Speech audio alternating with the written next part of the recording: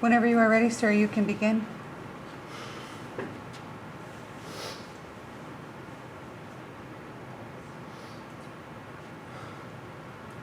There are dozens of holidays every year, and it's impossible to keep track of any of them.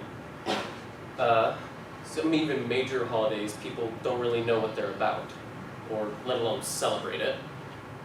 Today, I'll be talking about Hanukkah. And not only is Hanukkah important to me, but to many others as well, of course. And even if you yourself don't celebrate it, knowing a little bit about it is respectful to those who do celebrate it. And I think I've been celebrating it almost all my life.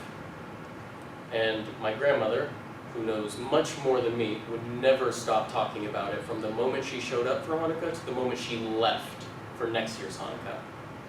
So in this brief speech, I will be talking about the origin of Hanukkah, the significance of lighting the menorah, and some of the traditions within the Hanukkah celebration. So let's start simply with the origin of Hanukkah. Most people don't really know a lot about the origin of Hanukkah, but despite that, it's actually really interesting. So, from the article Hanukkah, found on history.com, published by A&E Television Networks, on October 27th, 2009, updated on September 12th, 2018, it states, the 8-day Jewish celebration known as Hanukkah commemorates the rededication during the 2nd century BC of the Second Temple in Jerusalem, where, according to legend, the Jews had risen up against their Greek/Syrian oppressors in the Maccabean revolt. So, this is actually depicting the Maccabean revolt with Maccabee, the main guy, right there. And I know this doesn't really show it, but the Jews were facing a force much, much larger than themselves. Think of it kind of like Americans fighting for their independence. You have a very small force fighting a very big force, but the small force wins, despite all odds. So when I think about why Hanukkah is celebrated, I think, it relates to a lot of other holidays. It's a miracle. In that aspect, it's actually quite similar to a lot of holidays, because the underdog of the situation won the title match and is remembered for years and years to come. So, now that I've talked about the origin, I'm going to talk about the significance of lighting the menorah. I'm sure most of you have heard or seen someone lighting a menorah, but there's actually a lot of significance within the tradition of lighting the menorah. So, the first part of significance is according to the article Hanukkah, its origin and significance, written by Solomon Zitlin, I think it is, published in the Jewish Quarterly Review in July 1938. A little old, I know. It states, Hashemons enter the sanctuary. They found there a cruet of oil, sealed with the seal of the high priest. It had enough oil to burn one day, but by miracle, it burned for 8 days. Then it later states, thus the name Hanukkah bears the religious connotation in the commemoration of the dedication of the altar, while the name Festival of Lights, another name for Hanukkah, is in the commemoration of the natural liberty which Jews won from the Syrians.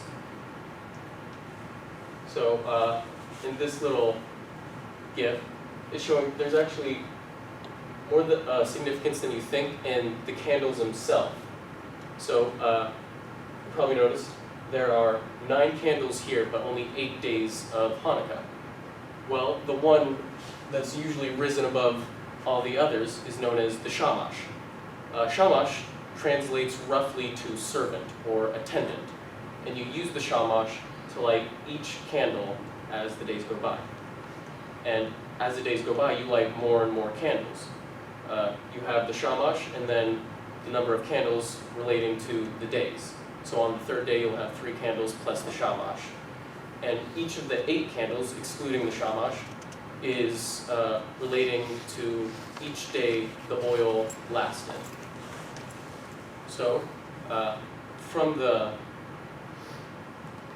from the significance of lighting the menorah to a little bit of a less heavy topic, I guess, which is the traditions within the Hanukkah celebration.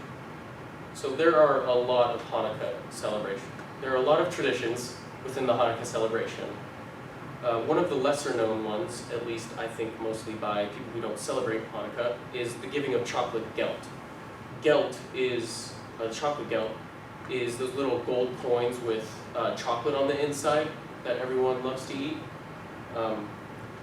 But from the article Head About Hanukkah Gelt, written by Margot Verratti, and published by Toronto Star on December 20th, 2008, it states, gelt was originally given in the form of real money, and sometimes still is.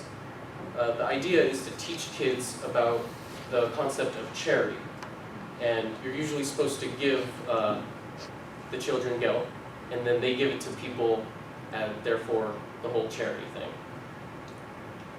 So another part of the traditions is the food, which is my favorite part.